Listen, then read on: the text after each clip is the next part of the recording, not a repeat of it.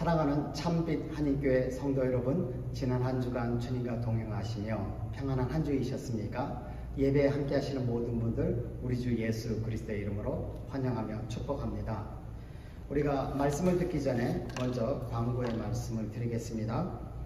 2022년도 달력이 준비되어 있습니다. 필요하신 만큼 가져가시기 바랍니다. 또 주위에 아시는 분들, 또 전도하실 분들이 있으면 가져다가 주시기 바랍니다.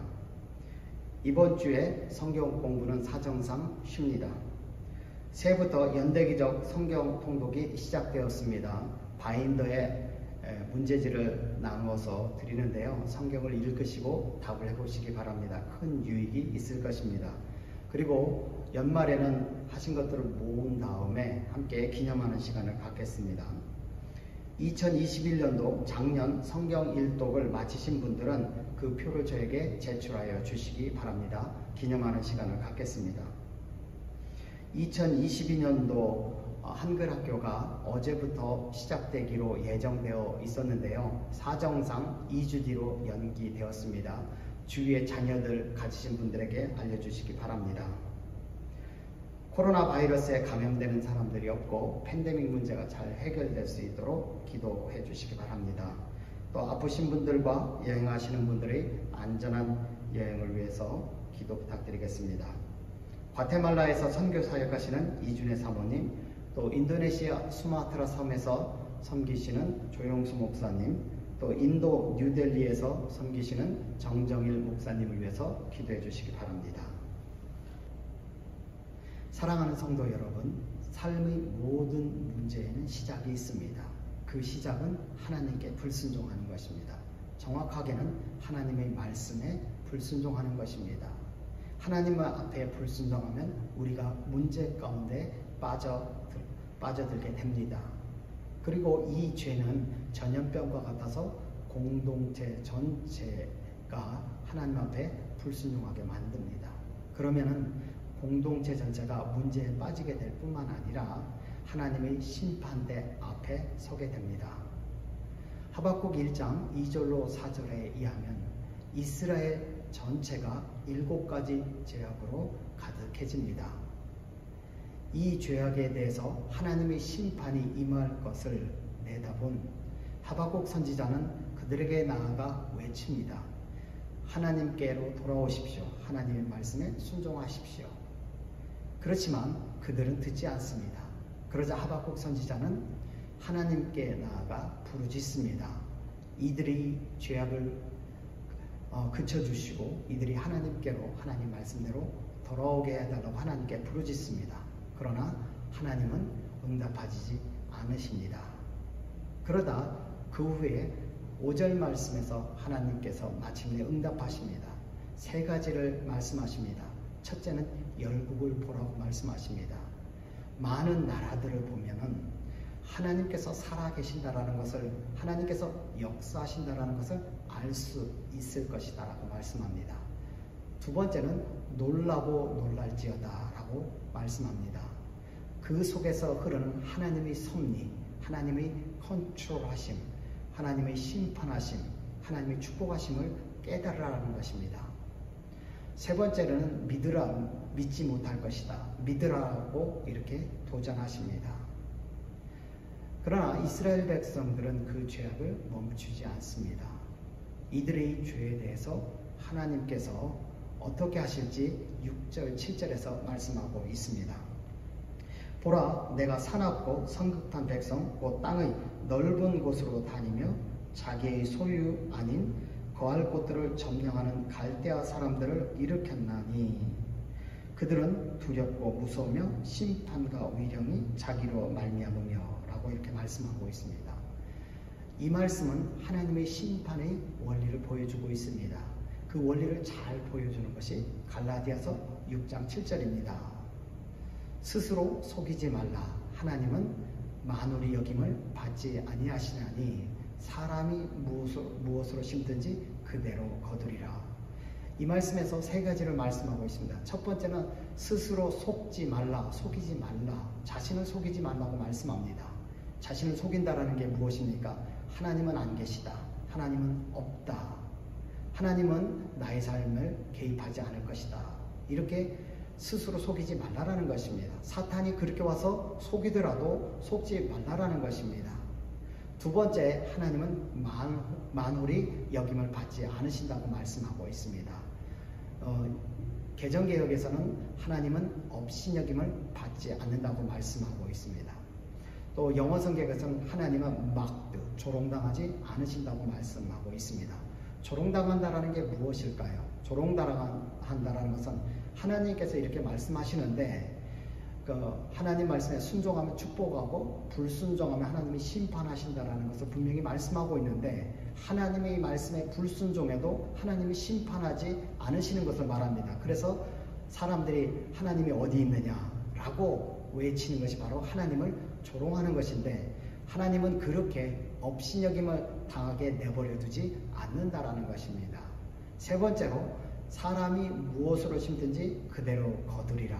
심은 대로 거두게 하신다고 말씀하고 있습니다. 6절, 7절은 하나님의 심판의 도구인 갈대아 사람들을 보여주고 있는데 갈대아 사람들이 먼저 어떤 사람들을 보여주면서 이스라엘, 즉 지금 남유다의 사람들이 하나님 앞에서 어떤 사람인지 보여주고 있습니다. 그 네 가지 특징을 보여주고 있는데 첫 번째, 그들은 성급한 그들은 사나운 백성이라고 말씀해주고 있습니다. 사납다라는 것은 잔인하다라는 거죠. 그들은 동정이 없고 또 자비가 없는 사람들이라는 것입니다. 이스라엘 백성들도 자기 동족에게 이 동정과 자비는 없고 잔인하게 대했는데 그러한 똑같은 사람으로 하나님께서 유다 사람들을 심판하시겠다는 것입니다. 두 번째로 그들은 성급한 사람들이라고 했습니다. 성급하다라는 것은 이해하려고 하지도 않고 또 이해할 수 있도록 설명하도록 기다려주지 않는다라는 것입니다. 세 번째로는 땅의 넓은 곳으로 다닌다고 했습니다. 넓은 곳은 여기서 갈대아 사람들이 말하는 넓은 곳은 그들이 볼 수 있는 모든 세계죠. 그들의 탐욕이 그렇게 컸다라는 것입니다. 이 유다 사람들도 이렇게 탐욕이 컸는데 하나님은 그 탐욕이 더 큰 사람들로 심판하시겠다라는 것입니다. 네 번째로는 자기의 소유가 아닌 거할 곳으로 점령하는 사람. 여기서 보면은 점령이라는 단어를 주목할 필요가 있는데요.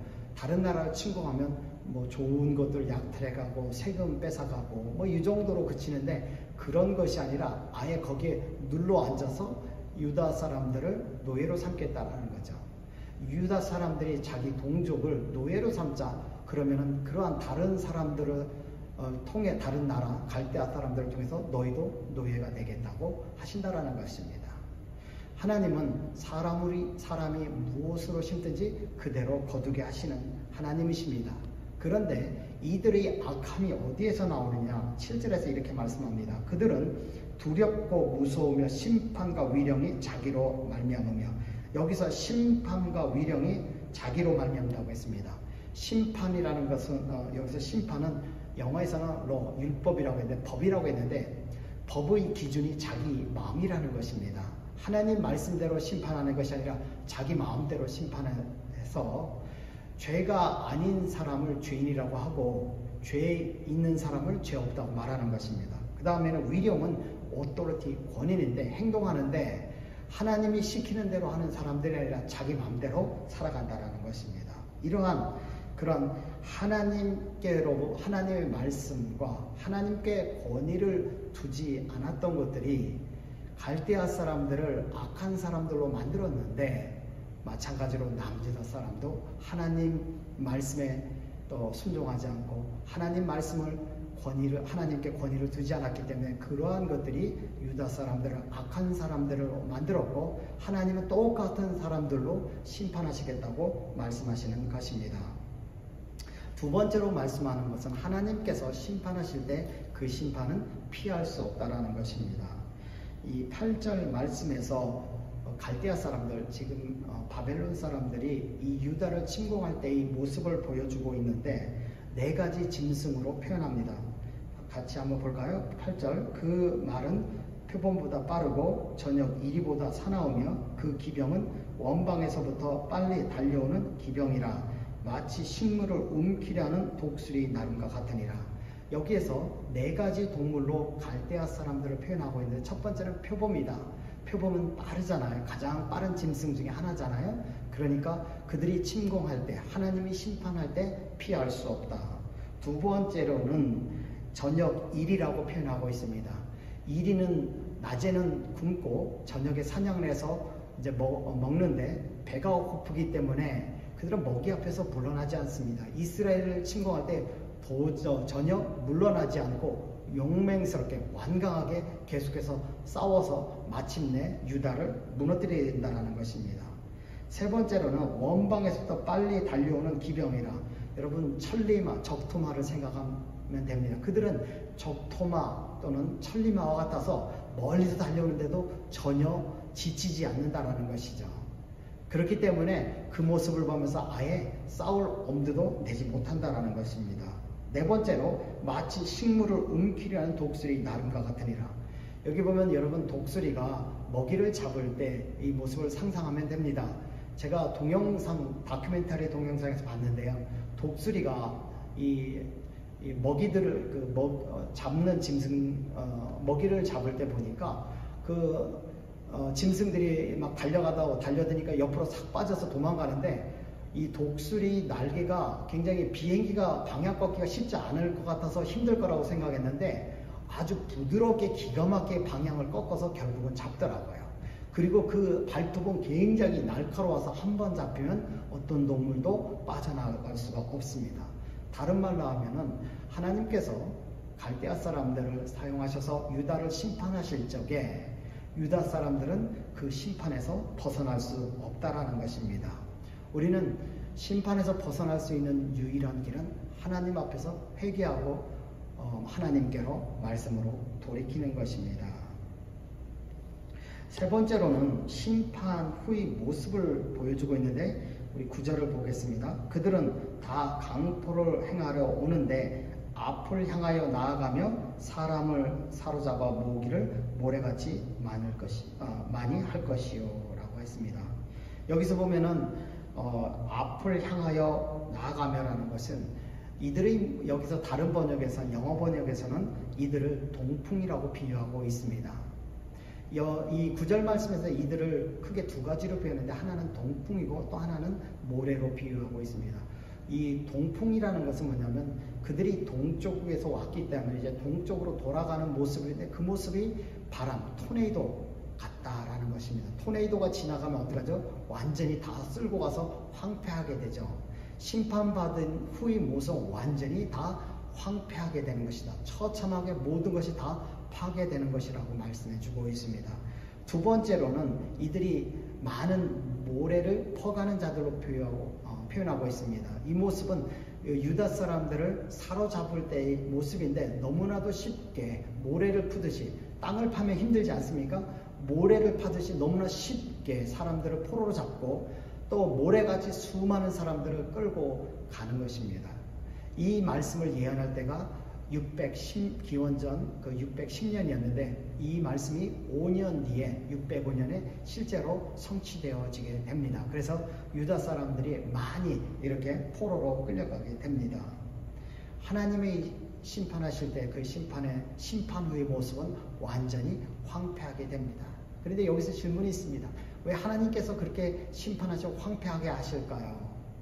황폐하게 하신 이유는 다시 시작하라는 것입니다. 완전히 폐허로 만들었을 적에 다시 시작할 때 우리가 하나님께 아름다운 모습들을 다시 세울 수 있다는 것입니다. 삐뚤어진 데, 또 어그러진 대로 세우면은 여전히 불안한 것이 남아있기 때문에 그렇습니다. 그리고 마지막으로 선을 넘지 말라고 말씀하십니다. 10절, 11절 말씀을 보겠습니다. 열왕을 멸시하며 방백을 취소하며 모든 견고한 성을 비웃고 흉벽을 쌓아 그것을 취할 것이라. 그들은 그 힘으로 자기 신을 삼는 자라. 이에 바람같이 급히 몰아 지나치게 행하여 득죄하리라. 많은 사람들이 시작할 적에 하나님 앞에서 겸손하게 시작됩니다. 그러나 어느 정도 성공을 이룬 후에는 사람들이 두 가지 선을 넘습니다. 첫 번째 선은 이 말씀에서 보면 갈대아 사람들도 바벨론 사람들 영랑을 멸시하며 방백을 취소한다고 했습니다. 다른 나라 또 다른 나라 사람들을 비웃는다고 했습니다. 이것이 교만이죠. 내가 다른 사람보다 낫다고 생각하는 것이 바로 교만인 것입니다. 다른 사람들을 심판하기 시작할 때가 교만인 것입니다. 우리는 항상 하나님께서 다른 사람들을 심판하면 나도 심판할 때가 있다는 것을 기억해야 됩니다. 그들을 갈대아 사람들, 바벨론을 지배했던 아시리아 사람들을 하나님께서 심판하셨던 것처럼 바벨론 사람들도 심판하는데 이들은 심판받지 않고 자기 나라가 영원할 거라고 생각했습니다. 그런데 어떻게 됩니까? 메대, 페르시아에게 무너지지 않습니까? 교만하면 패망의 앞잡이 무너지게 된다는 것입니다. 또 하나 이들이 넘어간 선은 뭐냐면 급히 몰아치게 행하여 바람과 같이 급히 지나치게 행했다고 했어요. 바람이 쉽게 선을 넘어가듯이 이들이 또 한 가지 넘어간 선이 있는데 그 선은 그 힘으로 자기 신을 삼는 자라. 이 신이라는 것은 신뢰한다라는 것이죠. 그들은 자기 힘을 신뢰했습니다. 하나님을 신뢰한 것이 아닙니다. 사실 그들이 그렇게 그 세계를 제패할 수 있었던 이유는 하나님께서 다른 나라들을 심판하시기 위해서 도구로 사용하셨는데 이들은 마치 자기네들이 업적을 이룬 것처럼 자기 힘으로 이룬 것처럼 하여서 자기 힘을 신으로 삼았다고 했습니다. 자신감으로 충만했다는 것입니다. 이것이 바로 두 번째 넘어가는 선입니다. 선을 넘어가지 마시기 바랍니다. 늘 언제나 우리 그 신뢰는 하나님께 두어야 됩니다. 우리가 사람들 앞에서 또 하나님 앞에서 교만하지 말아야 됩니다. 이루기는 어렵지만 무너지기는 쉽고 한 번 무너지면 일어나기는 어렵습니다. 여러분 하나님 앞에서 끝까지 하나님 말씀에 순종하셔서 하나님이 주시는 축복 가운데 있으시고 계속 순종하여서 끝까지 하나님 앞에서 축복받고 번영받는 우리 그리스도인들이 되시기를 예수님의 이름으로 축원합니다. 기도하시겠습니다. 하나님 아버지 감사합니다. 오늘 말씀을 통해서 아버지 하나님 문제의 시작이 하나님 말씀의 불순종이라는 것을 가르쳐 주시고 또 아버지 하나님 앞에서 끝까지 겸손하며 아버지 하나님 앞에서 행할 수 있게 하여 주셔서 감사합니다. 우리 2022년을 이제 시작하는 시점에 있습니다. 끝까지 우리는 하나님 말씀에 순종하여서 아버지 하나님이 주시는 축복 가운데로 올 한 해 나아갈 수 있게 하여 주시기를 원합니다. 특별히 불순종이 아버지 하나님 불순종이 문제 가운데 들어가는 것임을 깨닫게 하시고 끝까지 순종할 수 있도록 도와주시옵소서. 지금은 우리 주 예수 그리스도의 은혜와 하나님의 무궁하신 사랑하심과 성령님의 감화 교통하심이 하나님 말씀에 끝까지 순종하기를 원하는 이 자리에 모인 각 사람 머리 위에 지금부터 영원토록 함께 하시기를 예수님의 이름으로 간절히 축원하옵나이다.